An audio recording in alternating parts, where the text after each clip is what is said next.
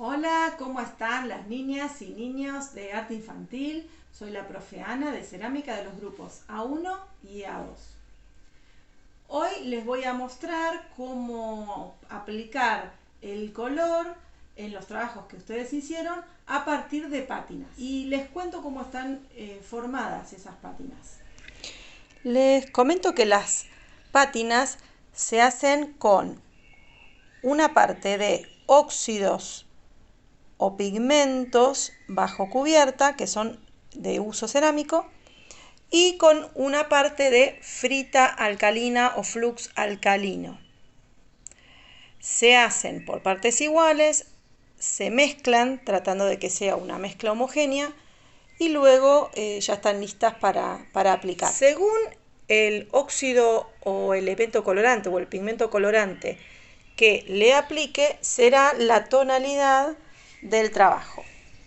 Los colores pueden combinarse, puedo hacer partes más luminosas con tonos más claros, por ejemplo con el pigmento amarillo o un pigmento naranja, y zonas más oscuras que las puedo lograr con pátinas ocres o marrones o azules, digamos, según el color que quiera lograr. En estos casos, por ejemplo, en estas esculturas, predomina el color rojizo, que por el óxido de hierro que tiene la pátina. En las zonas más oscuras tiene óxido de manganeso, una pátina de óxido de manganeso.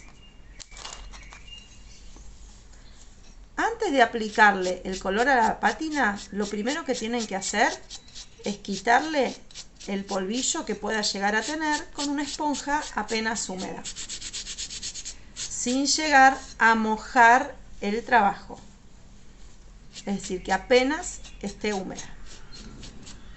En el caso de tener que preparar la pátina, voy a utilizar una parte de frita alcalina y una parte de los pigmentos u óxidos colorantes.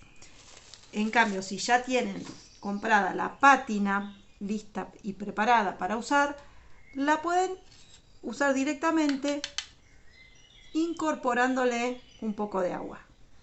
Vayan agregándole muy de a poco el agua,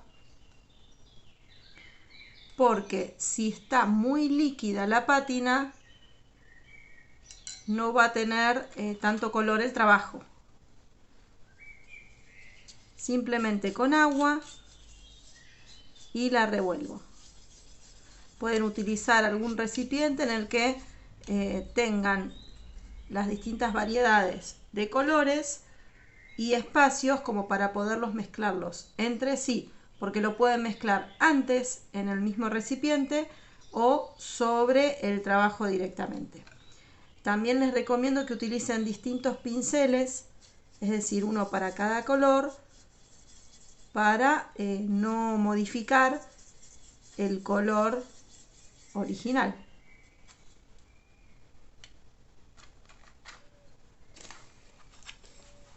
Pueden utilizar varios colores.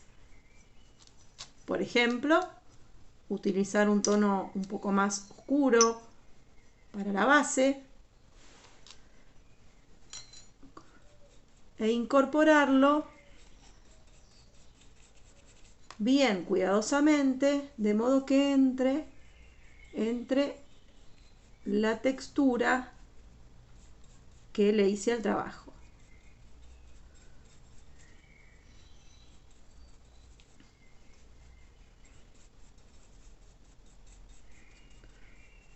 Puedo mezclarlo con distintas tonalidades. Por ejemplo, sobre este azul le puedo incorporar un tono violáceo. La pátina es apenas un tono que se le aplica sobre la superficie. No es apenas una aplicación de color. Yo puedo reforzar algunas partes con cierto color, le puedo aplicar otro tono arriba, superponer,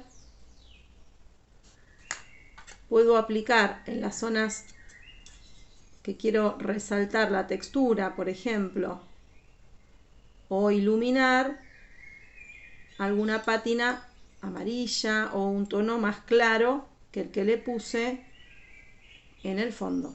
Otra manera de aplicar pátinas es con un fragmento de esponja. Entonces, yo paso con una esponja sobre la base, tratando de que entre la pátina, el color, en la textura que le hice al trabajo.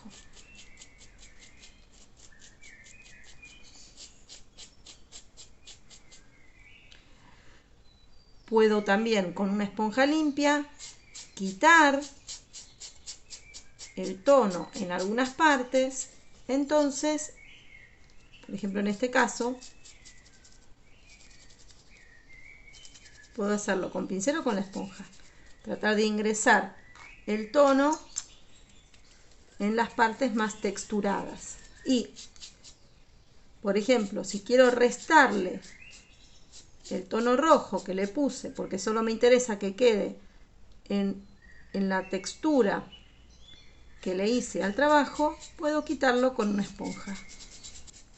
Es importante que la pátina ingrese en la textura, así la puede resaltar y no se pierde.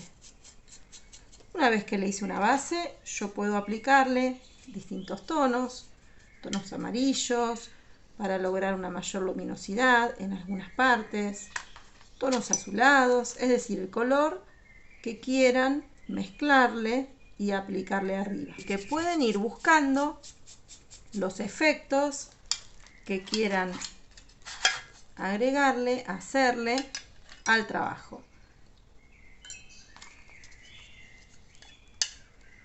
Salpicado, como con gotitas, chorreado,